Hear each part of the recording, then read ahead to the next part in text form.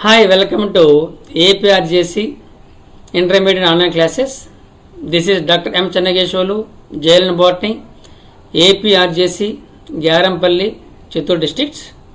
Today, we have to discuss about the first chapter, Transport in Plants. So, in this chapter, we have discussed several topics in a previous class. What are they? So, the first one is diffusion. How can I define it? Diffusion. So, diffusion is a process in which the movement of molecules or ions from the region of high concentration to region of low concentration is called as a diffusion. Second one is facilitated diffusion. So, the diffusion is facilitated by the presence of a special carriers named as porins. These porins are present in the cell membrane of plant cells. So, both diffusion and facilitated diffusion occurs in the plant body without using metabolic energy. Hence, these two are examples of passive transport. So, third one is active transport. The movement of molecules or ions from outer side to the inner side of the cell through the cell membrane by using metabolic energy or ATP. What is ATP? ATP stands for adenosine triphosphate. Generally, ATP is generated during respiration. So, the movement of molecules with the help of metabolic energy or ATP is called as active transport. Next, fourth one is the water potential. Anybody can define it? So, water potential can be defined as the movement of solvent molecules or water molecules from the region of high chemical potential to the region of low chemical potential region.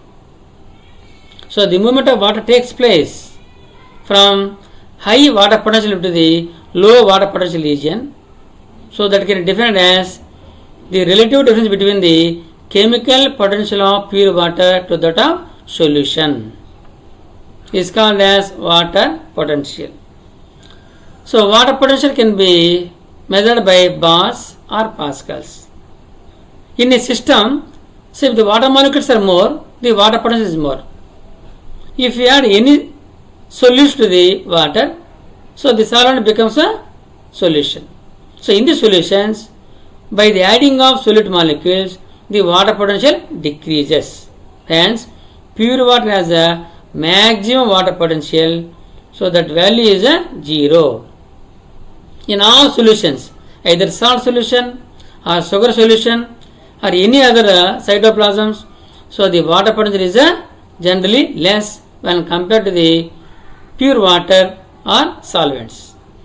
So, the water always moves from high water potential region to the low water potential region. Next one is osmosis. The movement of water molecules from low concentration to higher concentration region through the semi-permeable membrane. So, the movement takes place from low to high concentration region, but it needs a semi-permeable membrane. The membrane which allows only one type of molecules only. It allows only solvent molecules but not allows solid particles.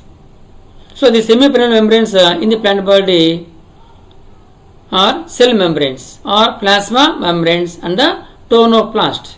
So, tonoplast is the protective layer surrounding the vacuole. Next one is plasmolysis. What do you know about plasmolysis? So, the shrinkage of protoplast due to exosmosis is called as plasmolysis. Next, imbibition.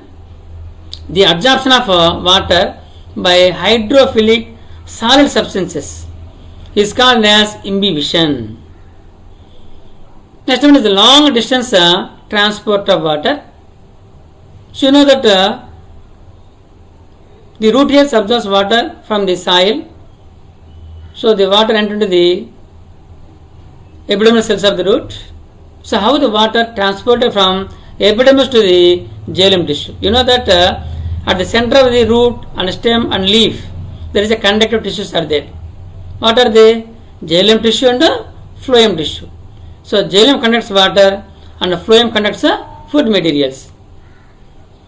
So whenever the water enters into the epidermal cells, so the water present in epidermal cells enter into the xylem or center of the root through the tissue by two methods, apoplast and symplast.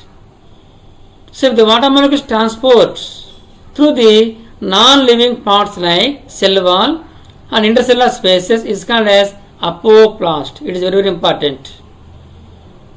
So if the water transport takes place through the cell membrane and plasmodesmata and cytoplasmic connections is called as symplast. So symplast is the living parts of the plant body. Are you clear? Next, water movement of a plant, or it is also named as a ascent of sap. So the water present in the root epidermis enter into the root xylem by apoplast or symplast method. So if the water present in the root, how it enter into the stem and leaves? So the phenomena or the upward movement of water from root system to the shoot system against gravitational force is called as ascent of sap. So the transverse pull is a driving force for the upward movement of water, what we have discussed in the last class. That is the ascent of sap. Next one is transpiration. In this class, we can discuss detail transpiration and opening and closing of stomata, uptake and transport of mineral nutrients. Fourth one, phloem transport, that is flow from source to sink. What do you know about transpiration? Have you heard the term in your lower classes? Yes, you have already studied transpiration in lower class also. What do you know about transpiration? So the loss of water in the form of a vapor from aerial parts of the plant body. So you know that the plant absorbs water from the soil water with the help of the root system. The water enters into the shoot system, stem, leaves, flowers and fruits. So some of the water is utilized for their metabolic activities, and some of the water can be lost in the form of vapor through the aerial organs. That is called the transpiration. How does it occur? It occurs through the stomata, cuticle and lenticels. What are stomata? Stomata are the, please write down the definition, lens-shaped pores present in the aerial parts of the plant body. So mainly the leaf and young stems possess minute pores on the epidermis. Such pores are called as a stomata. So the stomata transpiration generally accounts for 95%. So most of the transpiration occurs through the stomata only. Next, cuticular transpiration. So cuticle is a waxy coating layer present above the upper and lower epidermis of the leaf and on epidermis of the stem also. So this cuticle also responsible for the loss of water. So only 4% of water. And lenticels. So lenticels, what are lenticels? So lenticels are the pores present in the stems, woody stems, which shows secondary growth. Generally dicot stem shows secondary growth. That is, in secondary growth we can find the formation of secondary vascular tissues like secondary xylem and secondary phloem. So wherever the plant shows secondary growth, so in the upper epidermis, so the lenticels are formed. So these lenticels also generally accounts for 1% of transpiration. So most of the water is lost through the stomata, so very minimum through the cuticle and very little in through the lint cells. So the transpiration can be demonstrated by different experiments like polythene bag experiment, bell jar experiment and cobalt chloride paper method. So this is the transpiration experiment by polythene bag experiment. So what are the requirements of this experiment? A potted plant, polythene bag and a thread.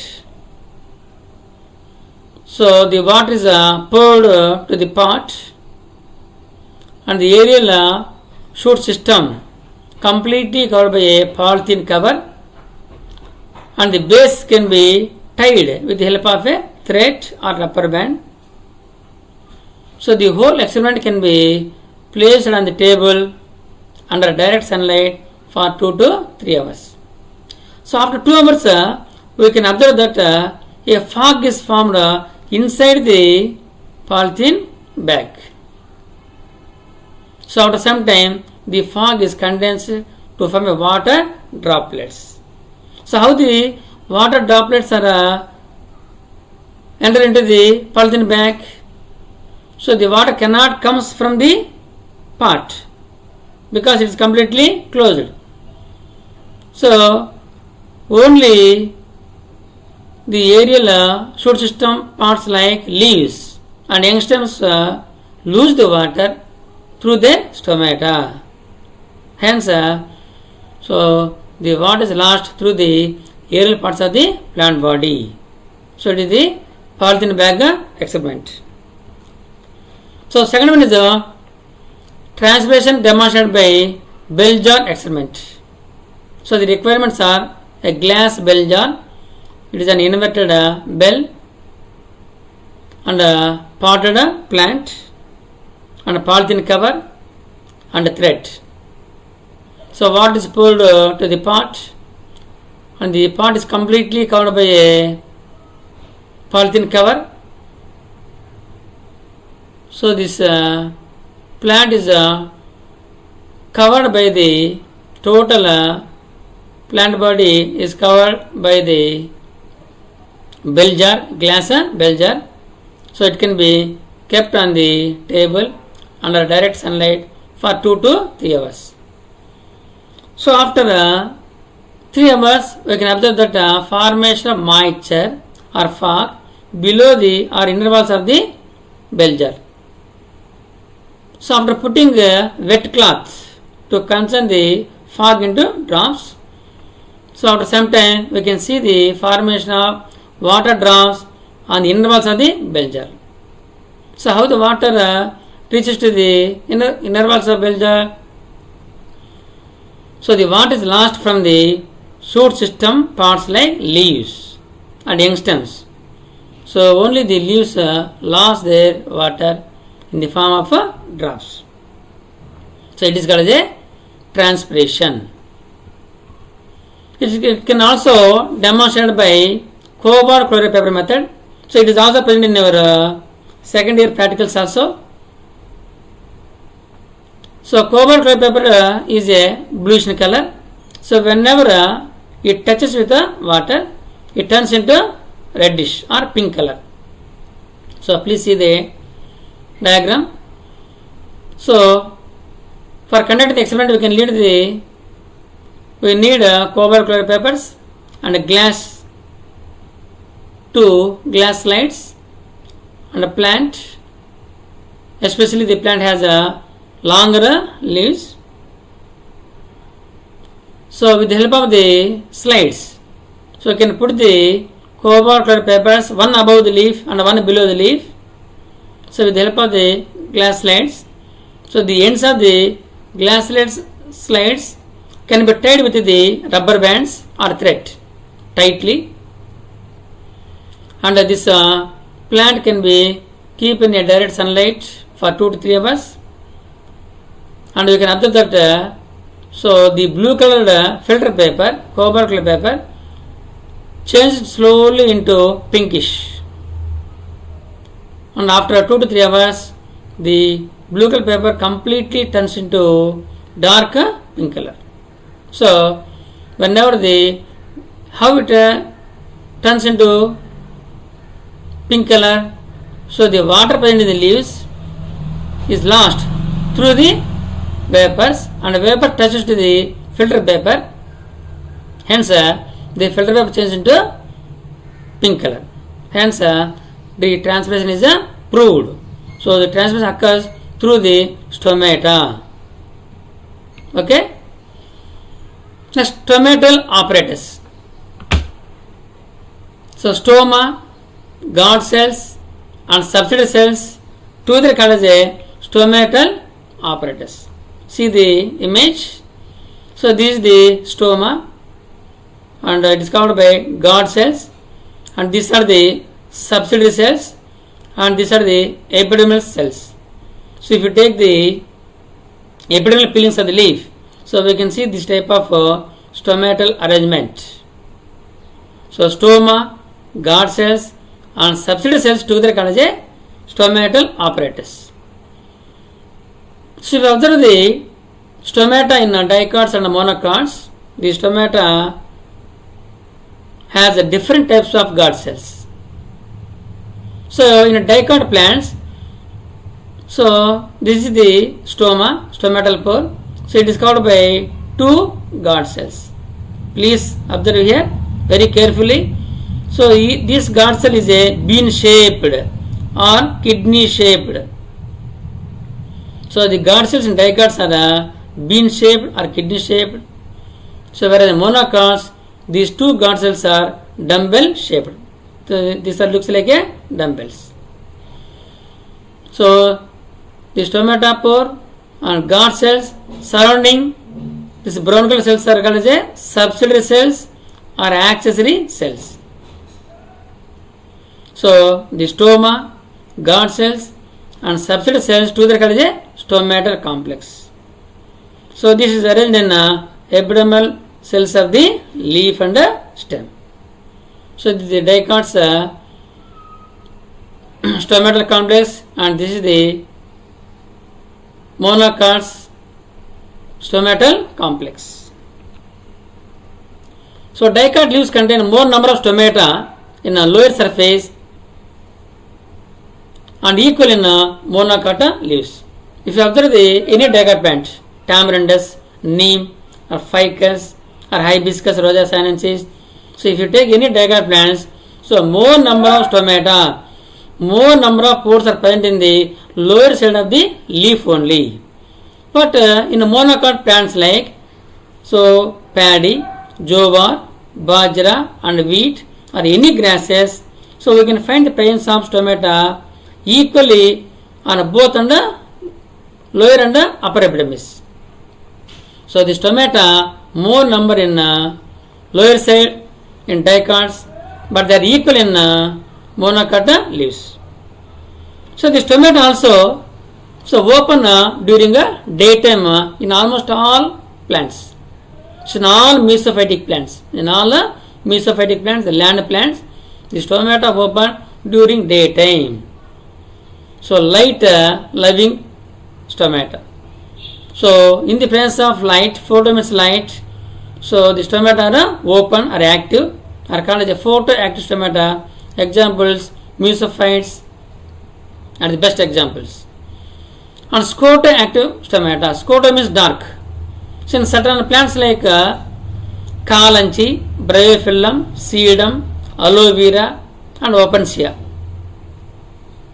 Please write down the examples: kalanchi, bryophyllum, sedum and opuntia and aloe vera, manchi kalamanda.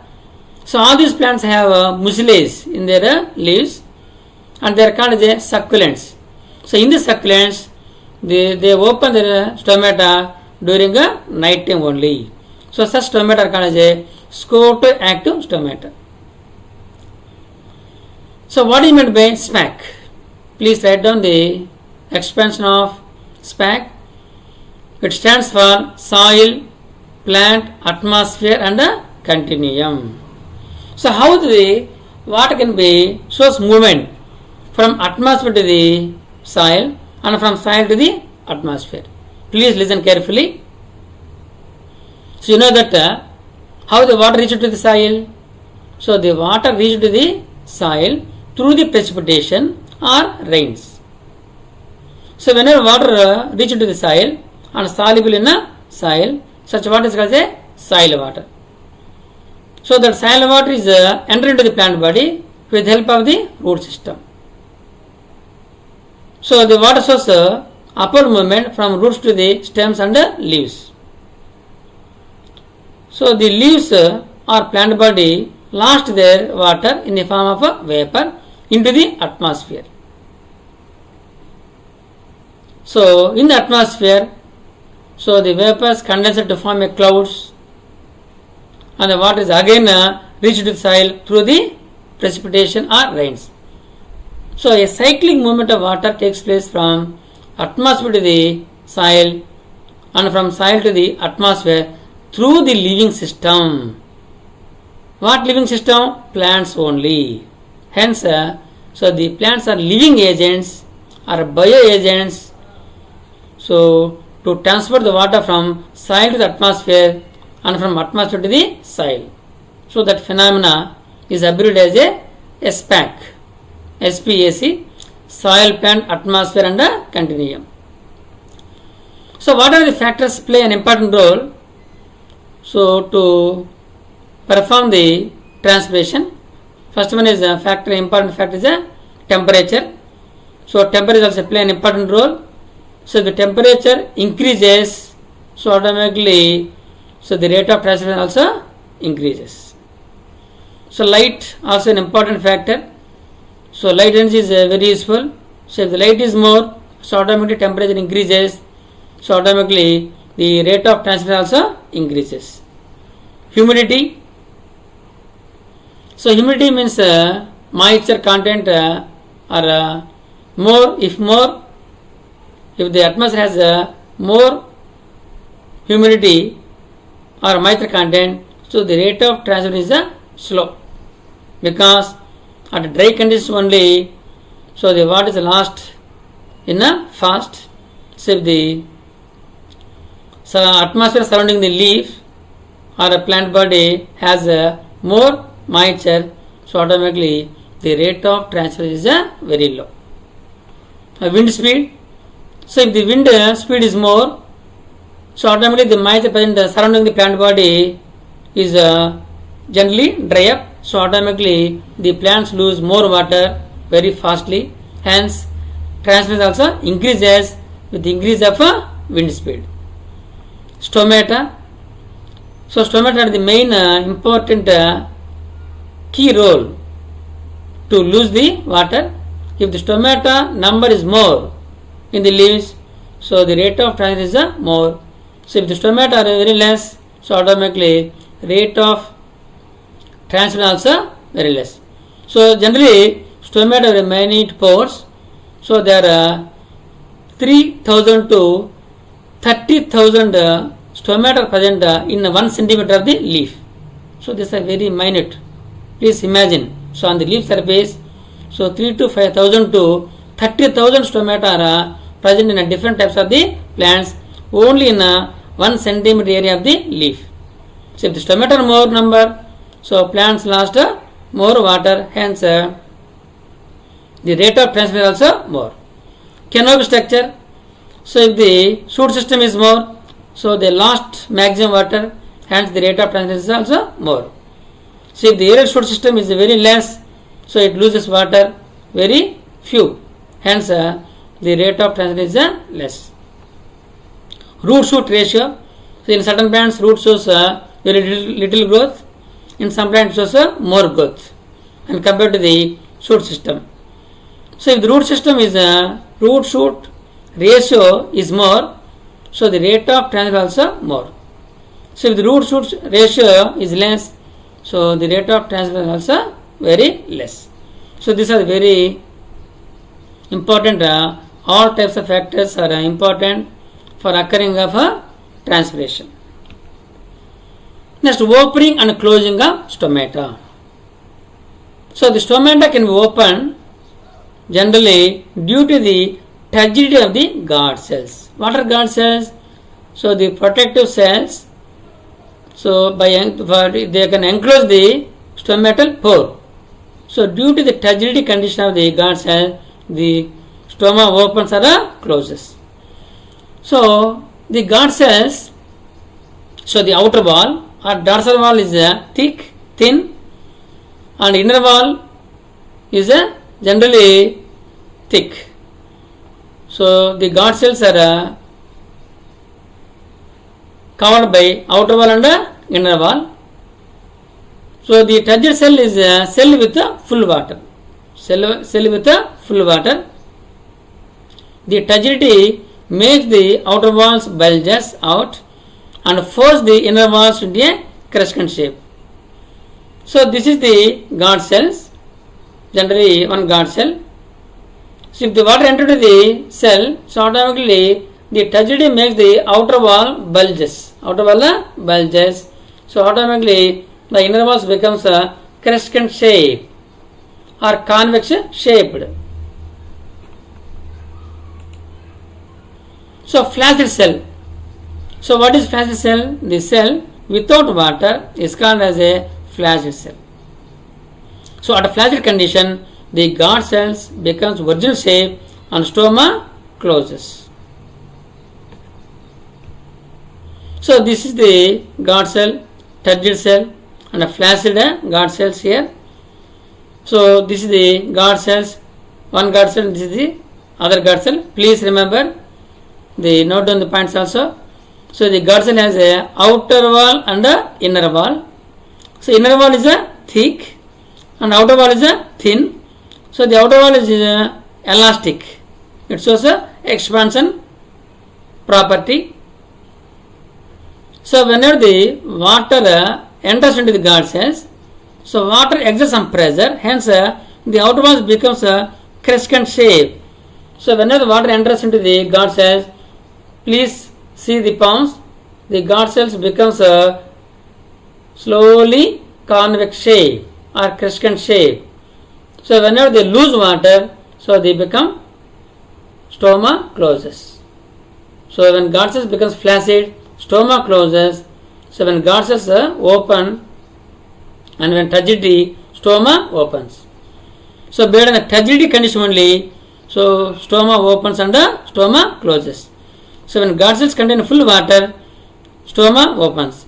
So when guard cells contains a very little water, so stoma closes. So the stomatal movement can also explained by potassium ion pump theory. So the potassium pump theory was provided by Leavitt.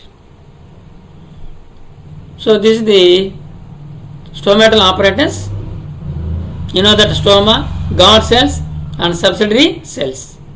Stoma open here and stoma closed. So according to Leavitt, he said that based on the concentration of potassium ions, so the stoma opens. So based on the concentration of potassium ions in the guard cells play an important role in opening and closing of stomata. So according to Leavitt, he proposed potassium pump theory in 1974. Please note down the important points also. So during daytime, the potassium cations enter into the guard cells by active transport. Please write down here K plus ions enter into the guard cells from subsidiary cells. So whenever the potassium ions enter into the guard cells, so the protons present in the guard cells shows exit. So the efflux of protons takes place. And also whenever potassium ions enter into the guard cells, so to neutralize the potassium ions, so chloride ions also enter into the guard cells. So the guard cells is more concentrated due to the accumulation of potassium ions and chloride ions, and also generally, so the sugars are converted, or starch is converted into malate ions during daytime. Hence, more concentrated solutes, malate, potassium, chloride ions are more and more inside the guard cells during daytime only. Hence, the water passively transported from subsidiary cells to the guard cells. So, the influx of water takes place due to the water potential gradient. So, please remember that. So, how the water flows? Water always flows from high water potential region to the low water potential region. So, you see here, due to the accumulation of solutes like potassium, chloride ions, so here water potential is decreases inside the guard cells. So, automatically the water of present in subsidiary cells is, contains high water potential. Hence, water present in the subsidiary cells enter into the guard cells. Hence, whenever water enters into the guard cells, so water exerts some pressure on the outer wall of the or dorsal wall of the guard cell. Hence, the outer wall becomes a crescent shape, convex, kumbhakaramu. Here also, so the outer wall shows elastic nature. Hence, it becomes a convex shape. Hence, the stoma opens. So, during night, so automatically, so the potassium ions enter into the subsidiary cells. So, the efflux of potassium ions takes place. And chloride ions efflux takes place into the subsidiary cells. Hence, the guard cells contains low concentration of solutes when compared to the subsidiary cells. So, automatically the water potential increases during in the guard cells during night time. Hence, the water is lost from guard cells to the subsidiary cells. Hence, stoma closes during night. So, the water transport takes place by the concentration of potassium ions only according to Levitt. So, the influx of potassium ions, please write down the different steps in equation manner. Influx of potassium ions, so that is entry of potassium into the guard cells, and efflux or exit of protons takes place. So, whenever protons exit takes place, so the pH of the guard cells increases, increase of pH. Next, influx of chloride ions. Next, water potential decreases in guard cells. Hence, water moves from subsidiary cells to the guard cells, and stoma opens. So, these are the changes occurring in the guard cells during the daytime. So, during night, so the efflux of potassium and chloride ions takes place from guard cells to the subsidiary cells, and influx of protons takes place. So, automatically it decreases the pH of the guard cell. So, water potential increases during night time in the guard cells. So, automatically water moves from guard cells to the subsidiary cells. Hence, stoma closes. So, ABA stands for abscisic acid. It is one of the phytohormone and a growth inhibiting hormone. So, it drives potassium ions out of guard cells and stoma closes. So, if the plant grows in dry areas, so if the water is not available to the plants, if the water is lost through the plant body continuously, plant shows wilting. So, to avoid the wilting, so the leaves produces abscisic acid in more concentration. Hence, the pores or stoma present on the leaves are closed. So, automatically the water loss can be minimized by the production of abscisic acid. In succulent plants, like what are the succulents? Kalanchi, Bryophyllum, Sedum, Crassulaceae family members. So, generally they can accumulate the organic acids at night. So, during night, so they can generate the more number of organic acids in the guard cells. So that leads to the more concentration of solutes during night time, hence it leads to the low water potential. So automatically during night time, the water present in the substrate cells enter into the guard cells, hence stoma opens during night time in succulent plants. So it makes the cell turgid and stoma opens. So that is why due to the accumulation of organic acids in the guard cells, so all the succulent plants open the stomata during a night time. It is very important. Please note down it. Uptake and transport of mineral nutrients. You know that plant requires several minerals for their growth and development. So generally carbon and oxygen absorbed by the plants from the atmosphere in the form of CO2, carbon dioxide. So the remaining elements, there are several macro and micro elements. So hydrogen, nitrogen, phosphorus, potassium, calcium, magnesium, sulfur, CHO, NPK. These are the macro elements. The plant body requires more quantity. Plants also needs micronutrients. They require in a very little quantity called as a micro elements, namely iron. Please write down it. Iron, zinc, manganese, molybdenum, chlorine, boron and nickel. So these are the two types of elements, namely macro elements or major elements. Please write down or verify it. CHO, NPK and CaMgS. CHO carbon, hydrogen, oxygen, nitrogen, phosphorus, potassium, calcium, magnesium and sulfur. So these are the macro elements. Micro elements iron, manganese, molybdenum, chlorine, boron and nickel. So all these elements are required for the plant growth. So the elements present in the soil enter into the root epidermis cells by active transport or by active absorption. So because the more concentration of ions present in the cytoplasm of the root cells, hence the soil water contains a low amount of minerals when compared to the plant cell.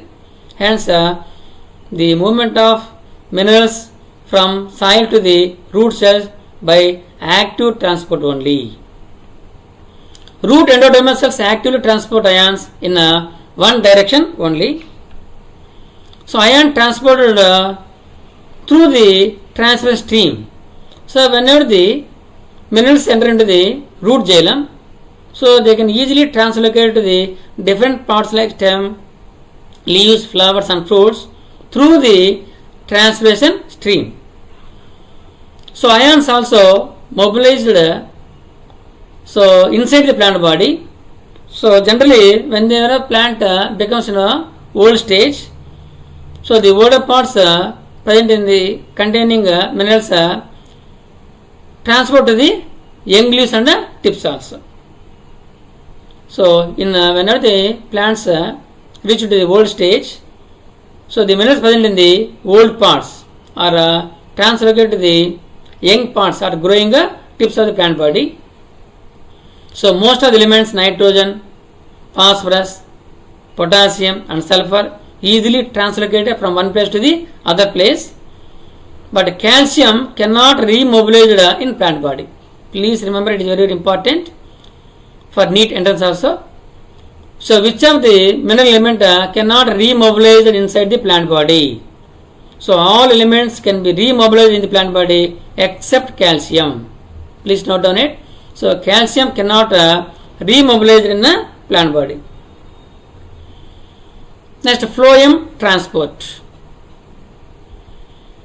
So you know that food is prepared in the leaves. So how it is transported? Through the xylem or phloem. So the scientists worked on how the food materials are transferred from leaves to the other parts of the plant body. So that is flow from source to sink. Source means leaves. Food synthesizing plant parts are source. Sinks in the remaining plant parts like stem, flowers, fruits and roots. These are consuming parts. Food consuming parts. So food producing part is the leaves. So water transport is unidirectional, but sucrose is a bidirectional. You know that water always moves from root to the leaves. It is unidirectional. So whereas food material sucrose or glucose transport is bidirectional or multi-directional. So the transport of food materials from leaves to the roots and stems and other plant parts by phloem transport. So the best theory provided by E. Munch is pressure flow or mass flow. Pressure flow or mass flow. You see here image, you can easily understand. So this is a glass tube ended with two osmometers. So osmometer A and osmometer B. So this large osmometer is a more concentrated solution filled with more concentrated solution, and osmometer B filled with dilute solution. So both osmometers is connected with a glass tube, and these two osmometers can be kept in a beakers containing water.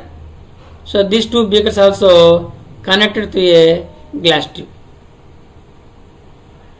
So this experiment you can leave for 1 to 2 hours for observation.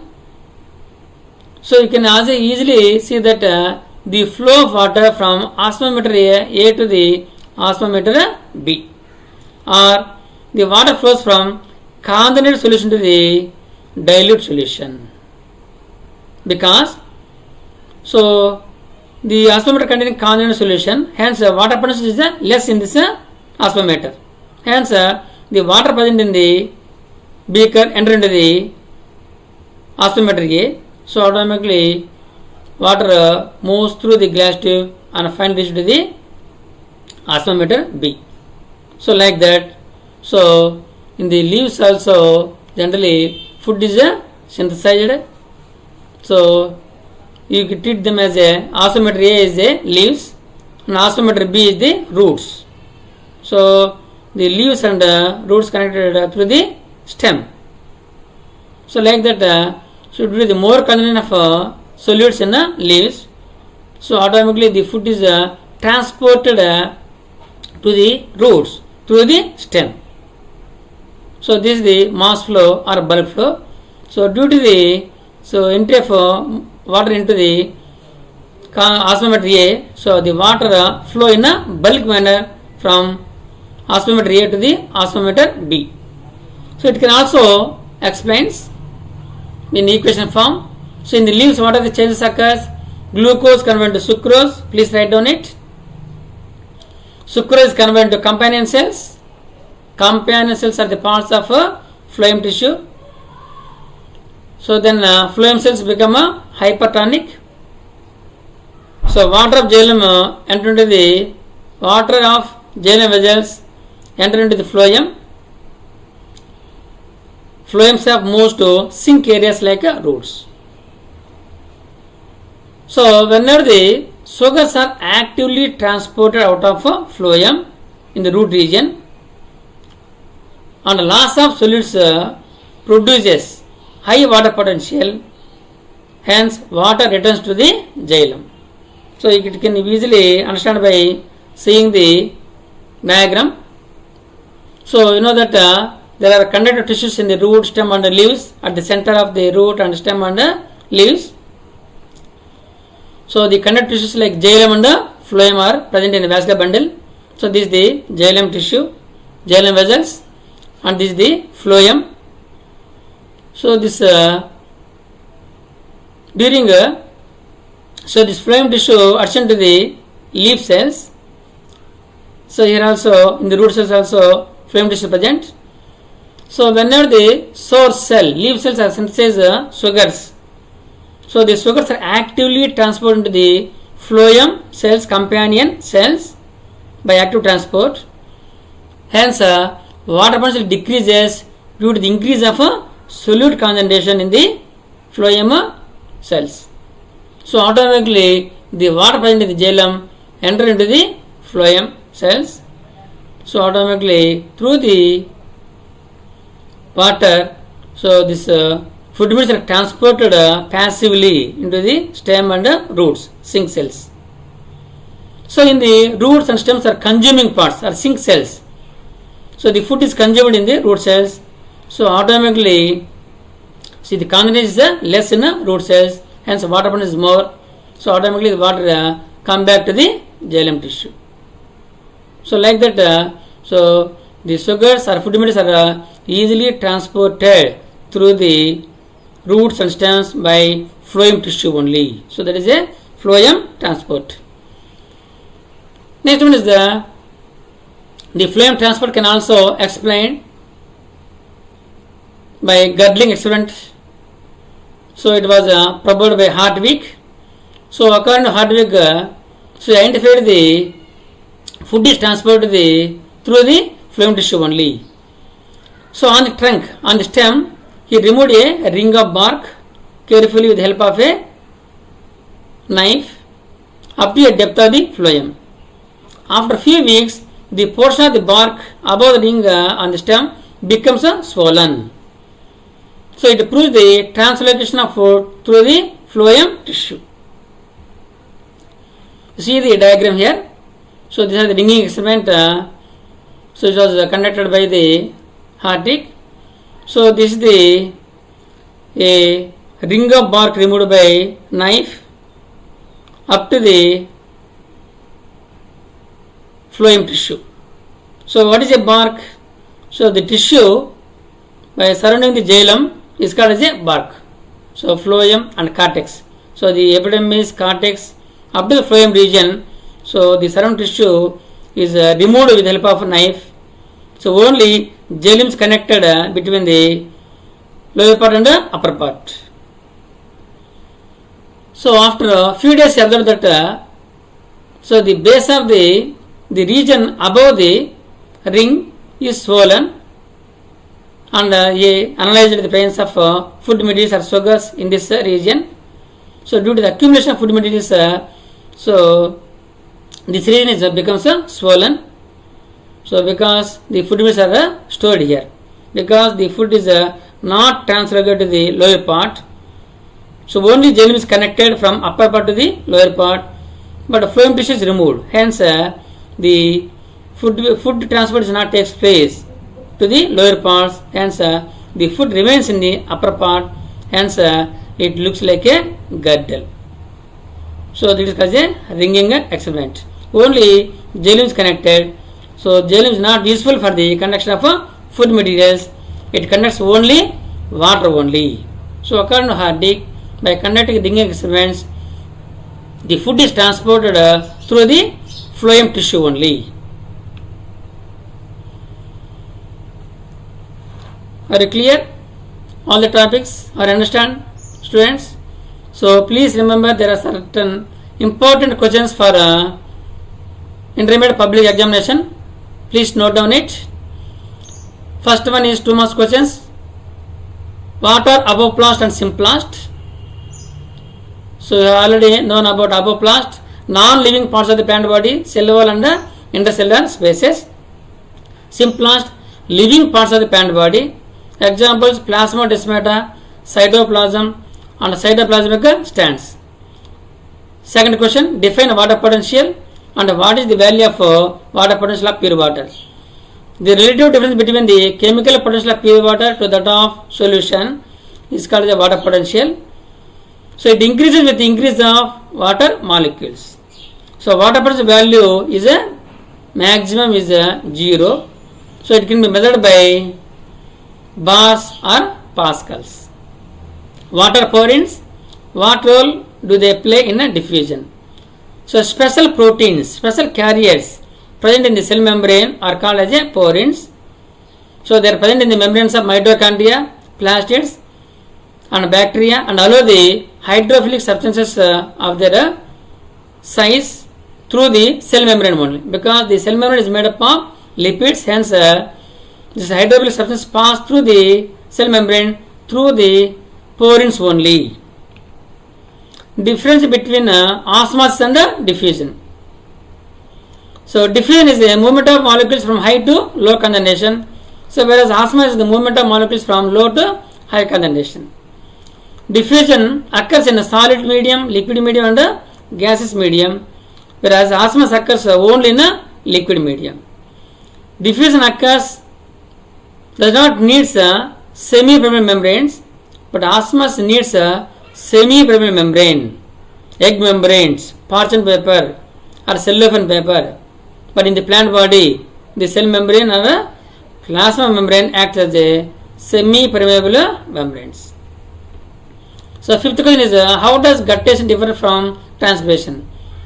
So guttation is the loss of water in the form of drops. Transpiration is the loss of water in the form of vapor. So guttation occurs at early morning and evening. So transpiration occurs during daytime only. So these are the important 2 marks questions. And exercise 2, 4 marks questions, short answer questions. Please write down 8 questions. First one, define and explain water potential. It is very, very important for 4 marks.